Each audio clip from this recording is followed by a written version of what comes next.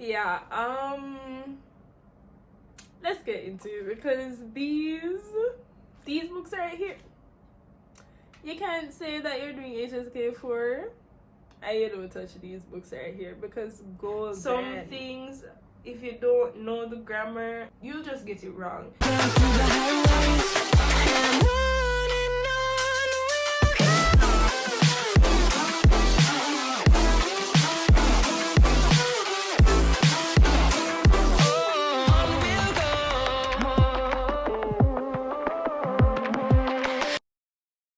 Hey guys, welcome back to another YouTube video.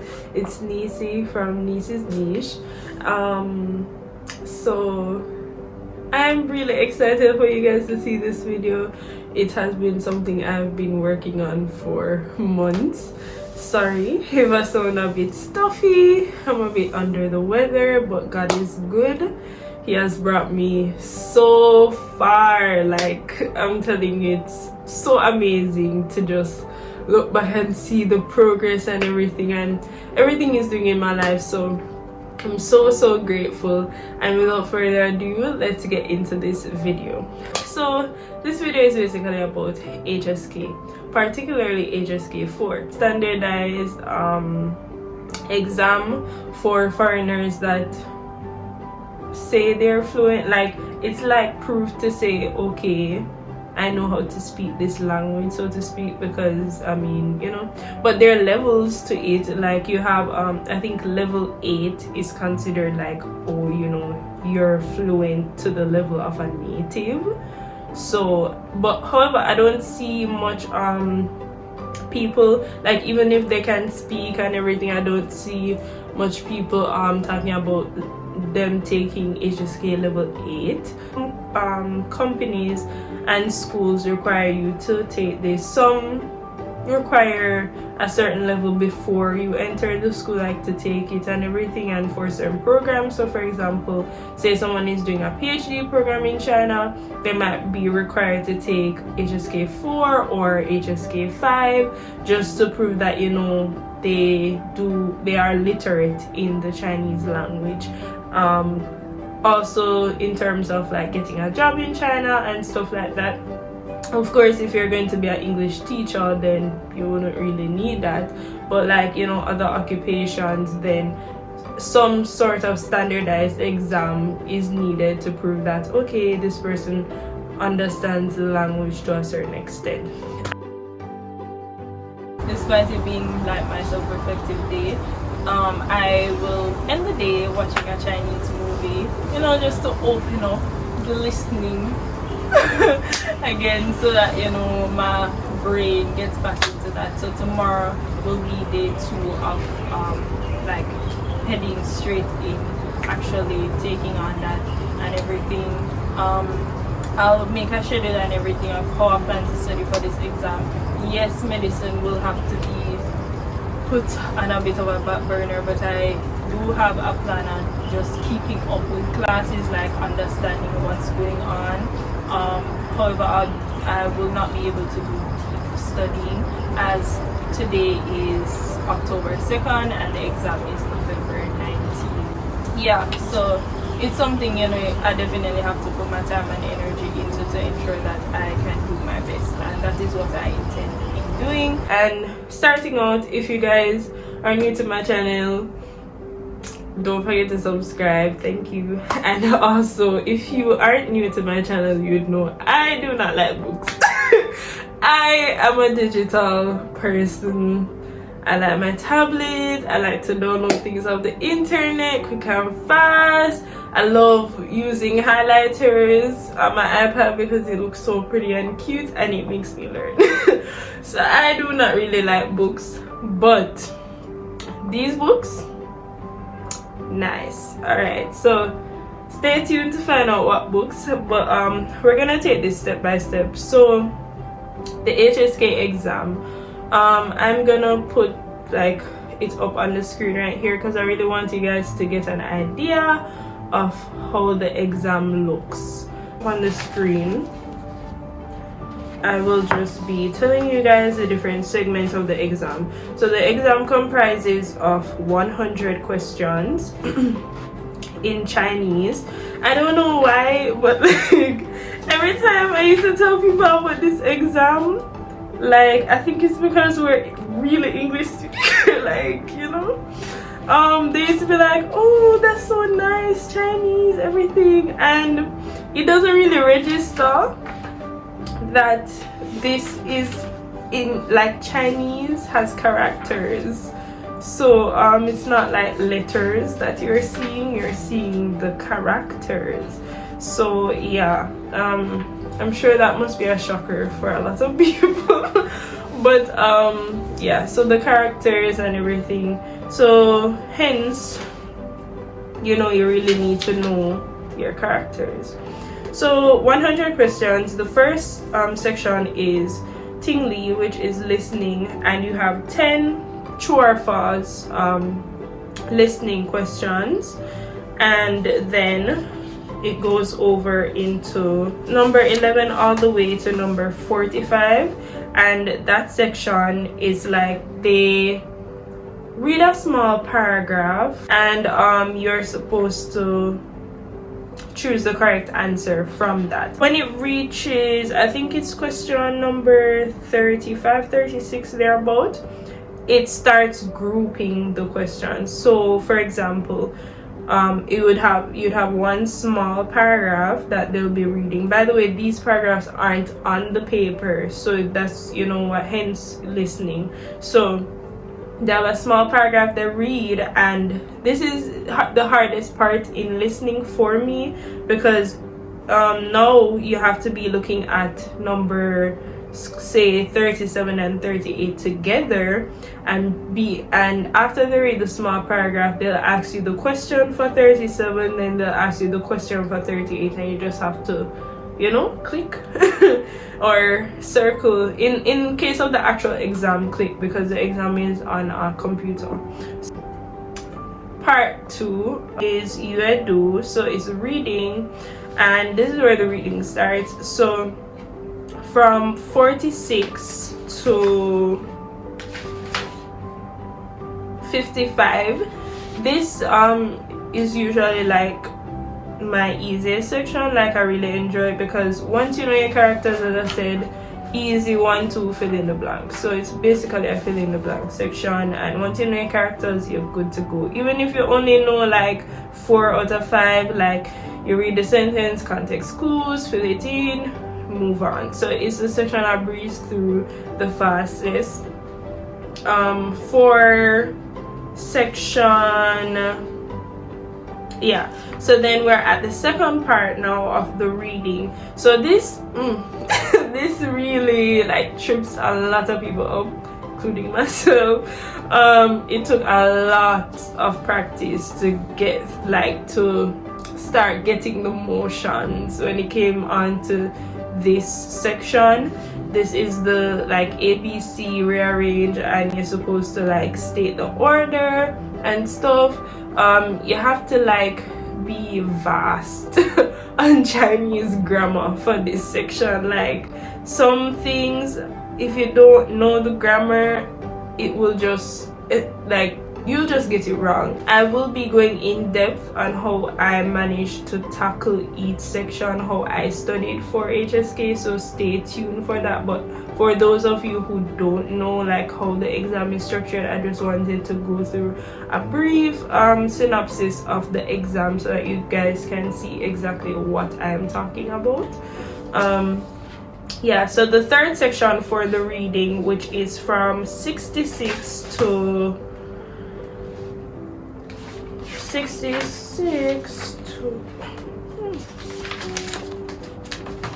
yeah, so from 66 to 85, that section is like the reading. So for this, practice like, you know, once you know your characters, once you have practiced reading Chinese too, because you can know your characters and still not like this section, because you kind of have to understand how how they structure their words, like how it flows in a sentence and what it means and stuff like that. I'll be going more in depth, as I said, further along in the video of how I did that.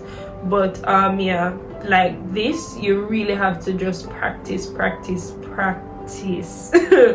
But eventually it became my second favorite section, because it was more of a breeze through than the others. The others I had to spend more time on.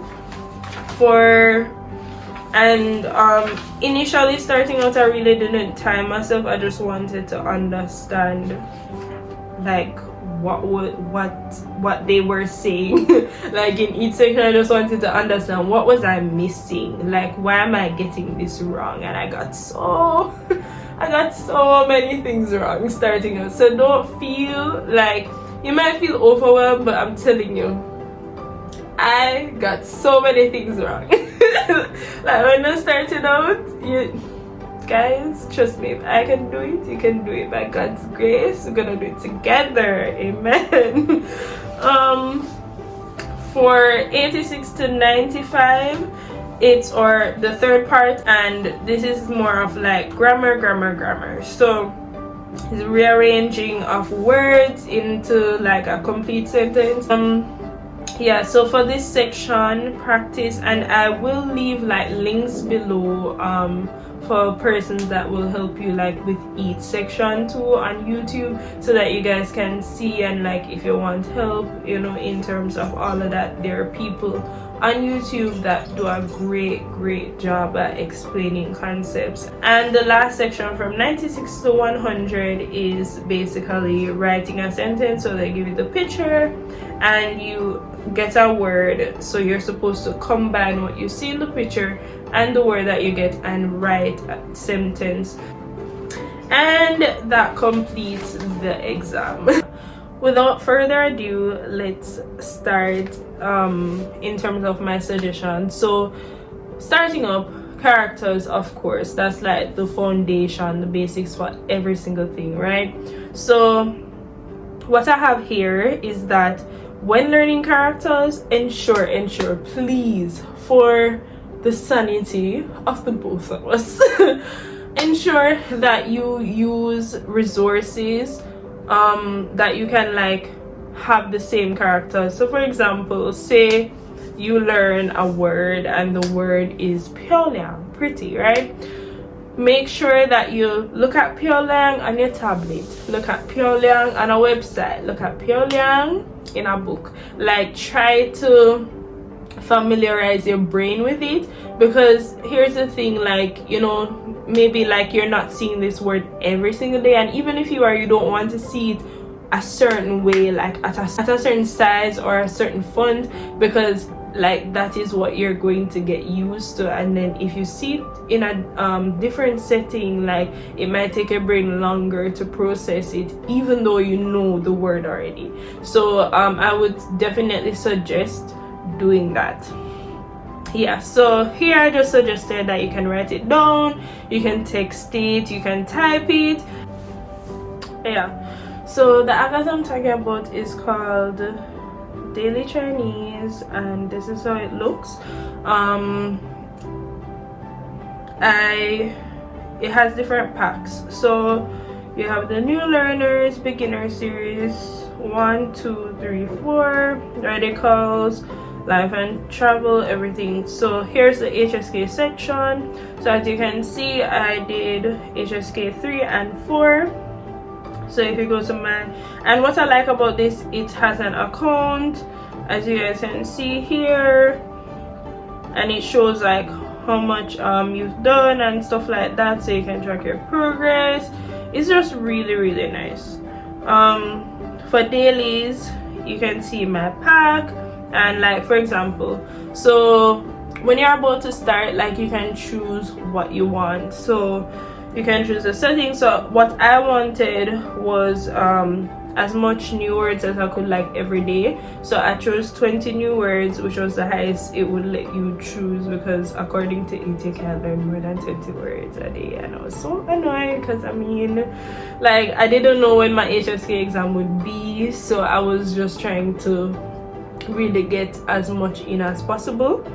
But yeah, so 20 new words and review 50 words. So it was like so much more easier because it has like this, I don't know if you guys know Anki, but like it's like a repetitive motion.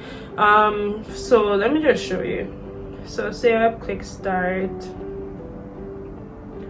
Alright, so yeah. So what I really like is that it has the song 表扬. Say I want to play the song before I turn it, 表扬 I can do that. And like, oh sorry, I skipped my pen too fast. 骗, right? So 骗 to cheat, to deceive.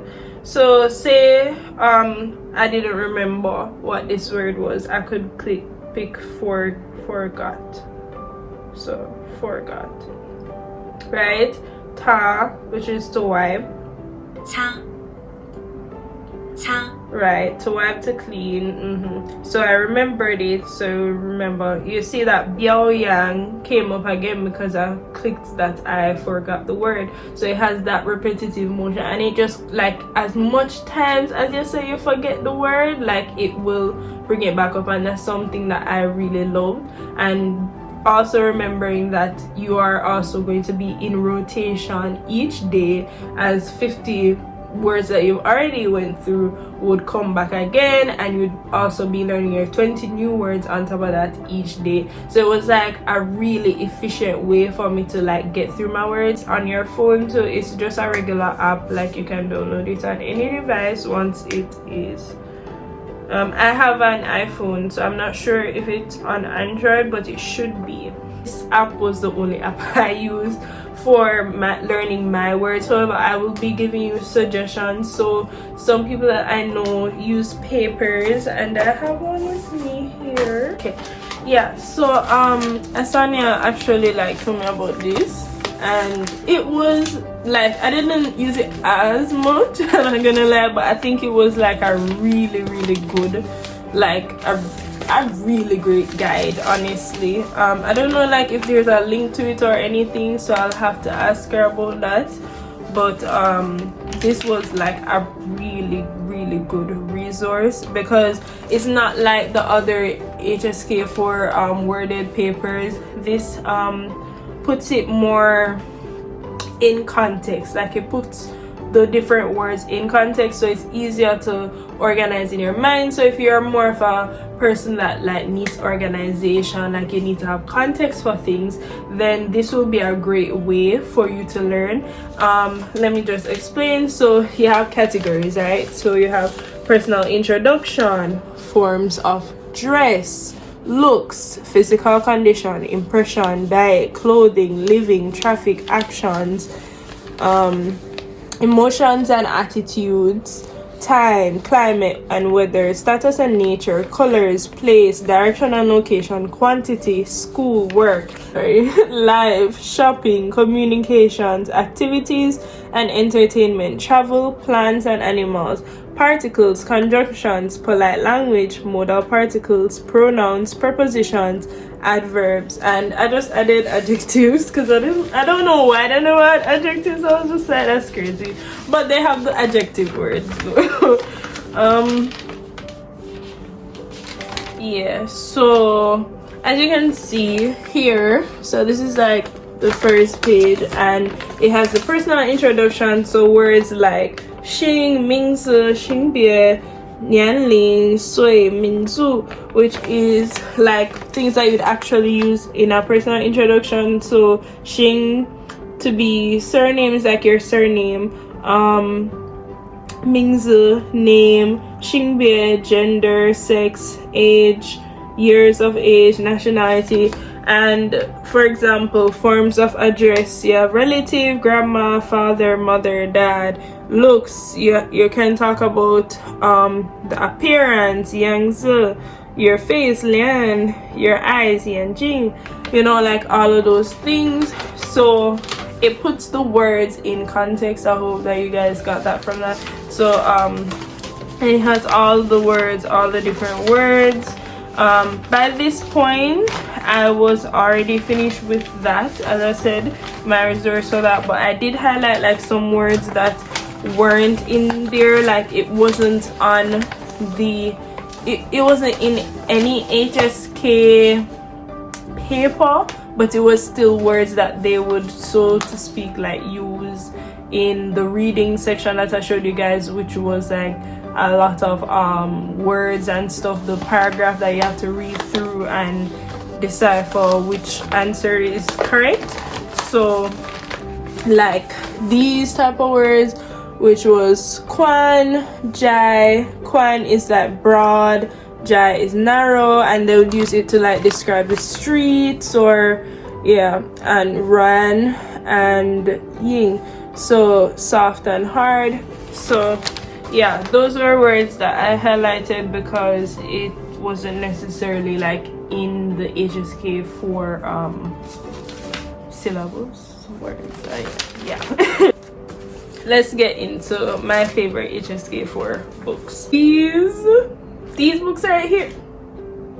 You can't say that you're doing HSK4 and you don't touch these books right here, because golden. And don't you worry, I got the links for you, because you know I'm gonna always come through with the links. So sheets to all these books, so well, all these, because it's 2 sets. I will put the link in the description below too. All right, so let's get into it. So these are the standardized HSK4 books, right? And these are the textbooks. You have Shang, and you have Xia. So what I suggest in terms of the textbooks, you won't really see much in my textbooks because I mostly use my tablet for these books, but I will be showing like the process and everything, so the different grammar contexts and stuff. That is what I spent time going through. So the pink that you are seeing is my lovely Chinese friend. She, oh my gosh, such an angel. She actually dedicated 2 days out of every week for like 2 months, to be honest, to help me with like my grammar and everything. Let's basically get the gist and everything. So we did that all the way to the end of this book, and also for the Xia textbook. So I have to mention, I also got help from my lovely friend here, Adventures of an Island Boy, who decided to like not only help, we had like sessions every Sunday, but also we also had class sessions where, you know, he would help us out. So we're so grateful on behalf of the class. Thank you. And as I said, it really helped with the grammar and everything.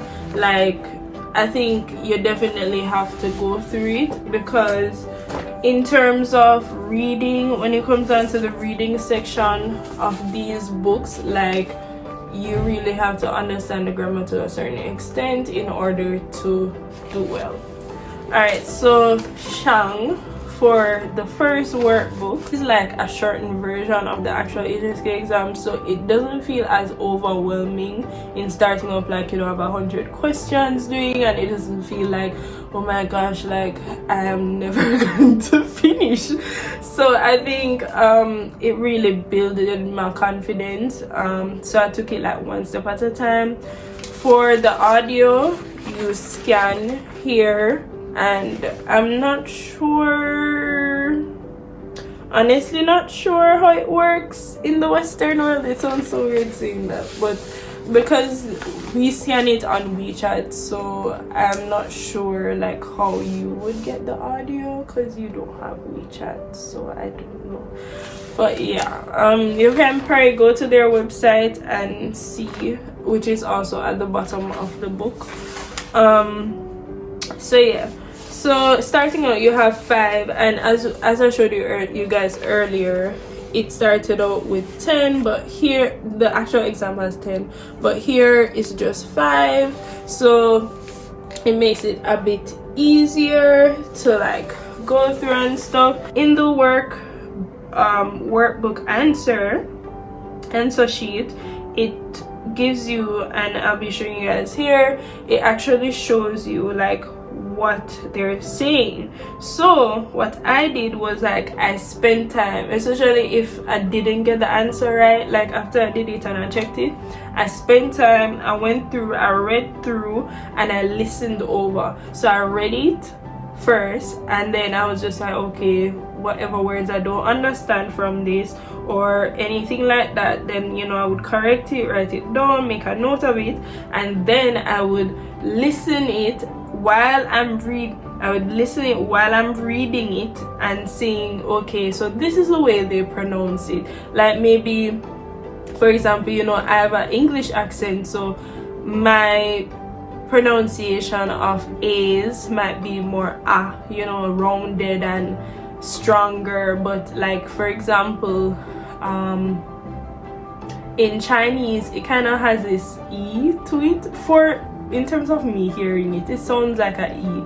So like Jian, they don't say Jian Mian. They don't say that, they say Jian. So you have to get used to hearing how they pronounce things, and I think that's like the key element in passing this exam.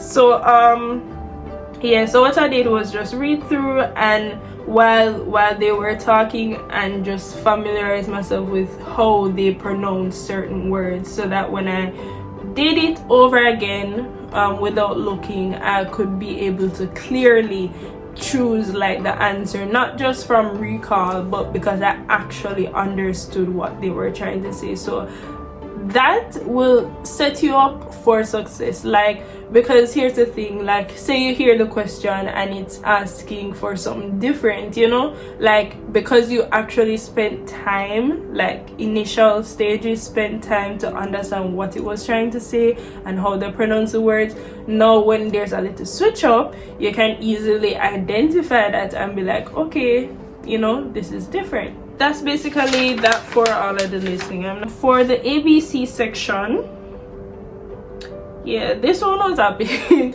like, because in the answer sheet, it doesn't really give you much to work with. It just gives you the answers. So what I did was I went through each one, and I wrote down like the lesson. This was when I was going, okay, so I went through each book like twice.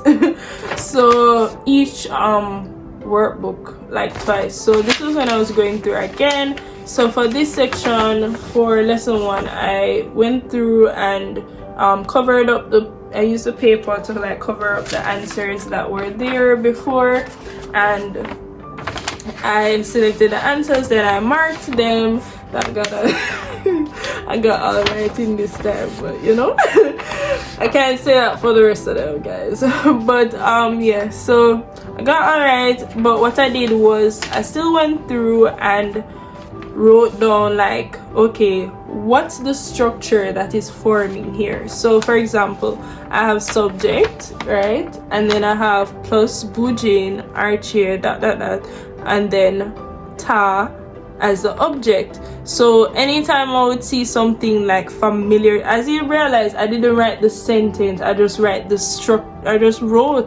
structure that was going on there. So I have my subject, I have my bujin, archer, ta, and the object. So that was what gave me the order of A, C, B, right? And in going down, I have the itza, as we know, you know, that's like the first thing, and then with my subject, and then who, what, so ta, and then soyi, therefore. Like analyze what is the main point of this sentence, and like how can I use this even if I don't get back the same sentence. Because don't get me wrong, on the actual HSK exam, I cannot remember one thing that was repeated, not one thing. And I'm telling you, the amount of past like, first of all, guys, these aren't past papers.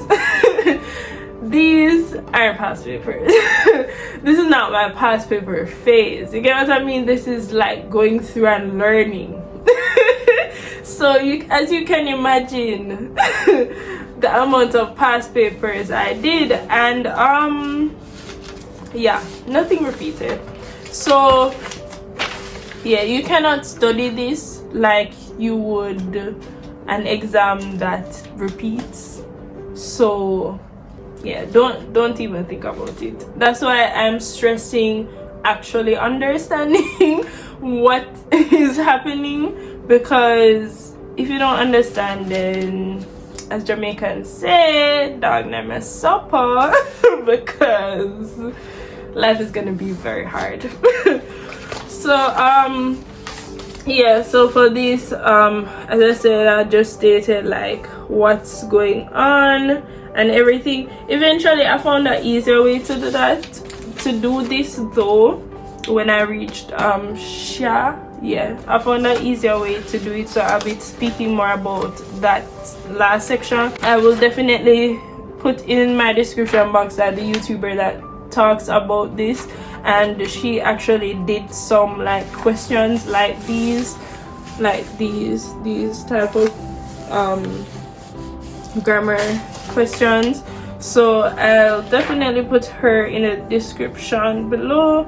And in terms of like the picture ones, my papers. In terms of the picture ones,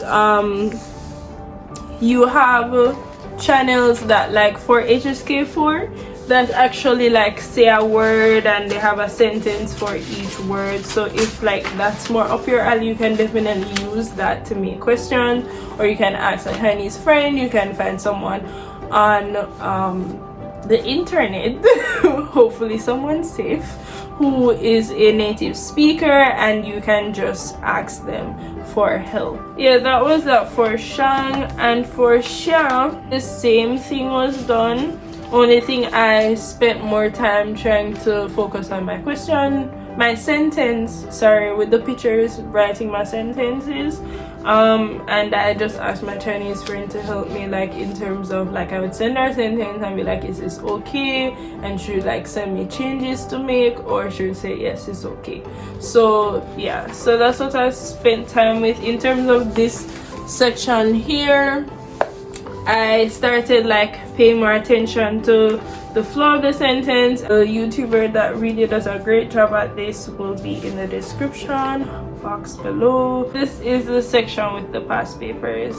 I'm gonna show you guys the HSK4 apps that I used for past papers.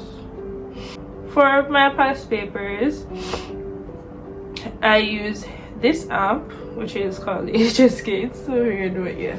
So it's just called HSK, and I click on HSK4.